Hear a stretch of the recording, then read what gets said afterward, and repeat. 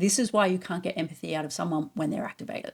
There's so many comments that pop up on my social platforms, and also those of you who are DMing me, who talk about their interactions with their ex. Their ex is acting like someone that they don't know. They're acting impulsively. You cannot get a shred of empathy out of them.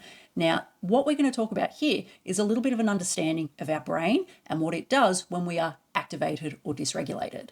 So in simple terms, we're going to break the brain into two parts. We've got the frontal lobe or the prefrontal cortex and the amygdala, the survival part of our brain. So yes, there's more than two parts of the brain, but just for simplicity's sake and being concise in what I'm trying to explain to you, we're keeping it down to two. We've got the frontal lobe or the prefrontal cortex and the amygdala, the survival center. So the frontal lobe, where the prefrontal cortex is housed, is the part of our brain that's responsible for higher order thinking, self-control, and it governs a lot of our social or pro-social behaviors, decision-making and planning, empathy, perspective taking, impulse control, as well as social behavior and moral reasoning. So when we are calm and regulated, the frontal lobe and the prefrontal cortex, they are bubbling along doing their thing. It's what allows us to respond thoughtfully, not react impulsively. So when we are regulated, the frontal lobe is in charge. We're able to think clearly, communicate calmly, and problem solve quite effectively. Then we've got the amygdala that sits in our limbic system. This is what they refer to as our primitive brain, the survival part of our brain. So think of this as like your alarm system. It's always sort of scanning for threats, and then if it identifies a threat, it comes online. And its entire premise and purpose is to keep us alive. It is only caring about survival.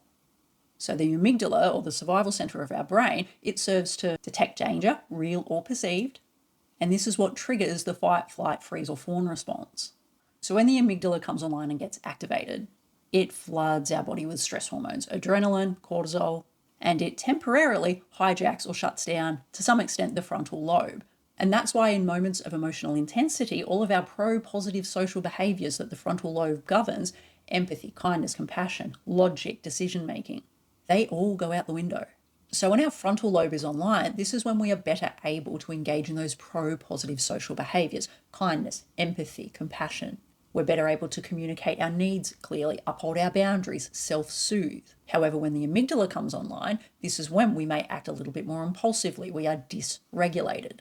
So you may see someone lashing out, withdrawing, doing a lot of the behaviors that are commonly associated with either our avoidant or our anxious attachers, because many of their negative behaviors and traits, they come out to play when they are dysregulated, when that survival center is activated.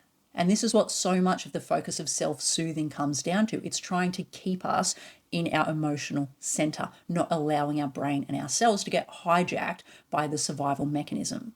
And this is why you see so many of that self-regulation and self-soothing strategies focusing on things like breathing, grounding exercises, and so on. Now, this is where much of the neuroscience of attachment theory comes into play.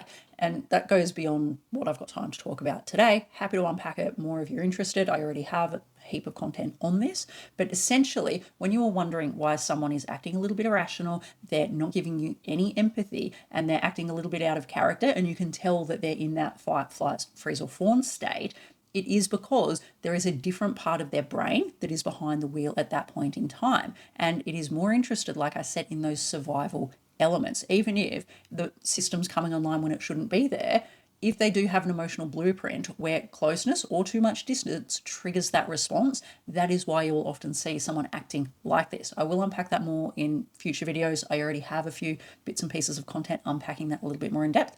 But hopefully that gives you a little bit of an insight as far as what the brain is doing when someone is activated and dysregulated, and why they are acting out of character and being, at times, this very irrational, unempathetic creature that is just not who they normally are. Now, if you want to learn more about relationships, attachment theory, CPTSD, make sure that you are following the Reconnection Co.